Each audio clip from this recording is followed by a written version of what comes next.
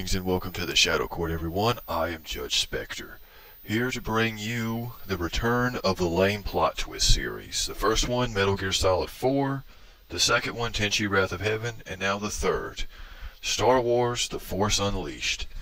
Now, if immortality has any drawbacks, it's that you will always live long enough to see someone outdo themselves in stupidity. Just when you think you've seen the dumbest thing you can, just wait a while and something else even stupider will come along and take its place. That's the case here.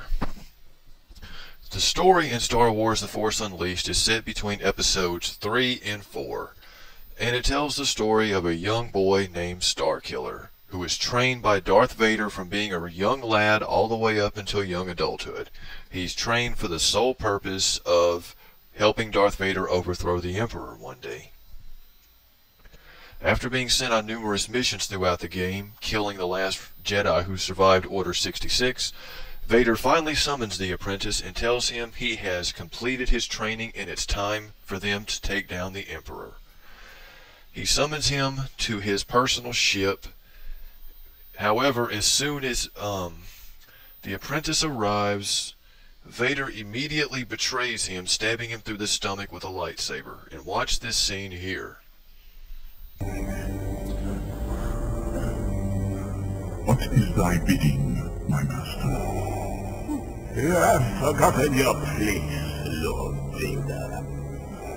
By taking this boy as your apprentice, you have betrayed me.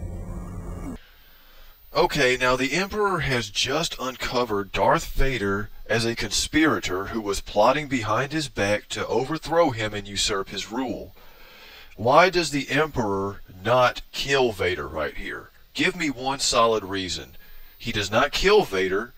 He should have simply killed him and kept Starkiller as his apprentice, which is what I think the Emperor would have done in that situation. But no, he just orders Vader to either kill him or face being destroyed himself. Vader makes a show of doing it and sends him flying out the airlock, and then the Emperor just looks at Vader, turns, and walks away. It's like, okay, I know you just tried to bend me over just now, but don't worry about it, it's all cool, no problem. But that's not even the stupidest twist. Even dumber than that is the Starkiller awakes in a lab, somehow managing to survive not only a lightsaber stab wound to the stomach, which would have killed anyone else, but also surviving being thrown into outer space, which I'm not even going to address how that's possible, because I don't know, and at this point I really don't care. Vader tells him the Emperor will be very careful from here on out, and he orders Starkiller to assemble a group of people to oppose the Emperor. You go around doing this mission for Vader, assembling a group that will eventually become known as the Rebel Alliance. Everything is going according to plan, and the ink is just about to be dried on the Rebel Alliance formation when Vader comes in, kicks the crap out of everybody, including you, and then the mother of all screwed up plot twist comes into play. You agreed to stay away!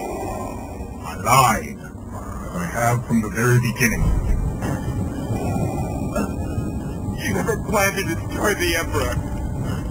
Not with you, no. Okay, Vader has basically just thrown any idea that he ever intended to use the apprentice to overthrow the Emperor straight out the window. I've heard people say that at one point Vader did intend to use Starkiller in this manner, and that after he was discovered, he changed his mind. But no, Vader says, I've lied to you from the beginning, and that I never intended to overthrow the Emperor with you. Then what may I ask was Starkiller's purpose at all? Why did Vader summon him to his ship and then have to make a show of killing him in front of Palpatine? And basically, if he was never a threat to the Emperor to begin with, why did Vader even need to train him in secret anyway? And once again, once Palpatine uncovered Vader as a conspirator, why did he not just kill him? We're talking about the evil genius who orchestrated the downfall of the Republic in the prequel films. I mean, seriously, Alzheimer's must have really set in on him after Revenge of the Sith, because his IQ has just taken a sharp nosedive straight into the abyss. Nobody's motivations make any sense in this game. That line Vader said Basically just threw everything up into the window and just made an already confusing story by that point even more twisty-turny. Now, I said a long time ago that the Liquid Ocelot plot twist was unforgivable, and in many ways it is. But as long as you're willing to accept retroactive continuity, that at least makes sense. This makes no sense. This is completely gibberish. Now, I don't care how many ways you want to interpret this, it doesn't make any sense. And that's all I've got to say on the matter. Bottom line, if you want a Star Wars game that makes you feel like an ultra-powerful Jedi Sith, then this game is for you. But if you want a game with an intelligent story that does a really good job of filling in the gaps between episodes 3 and 4, you won't find it with this game because it's just not there. And I basically have to ask, after looking over this whole thing, I really just want to know who wrote this anyway?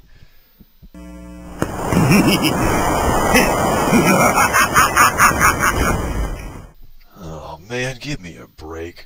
I bet Lucas didn't even direct the prequels. I bet it was really you. Ugh.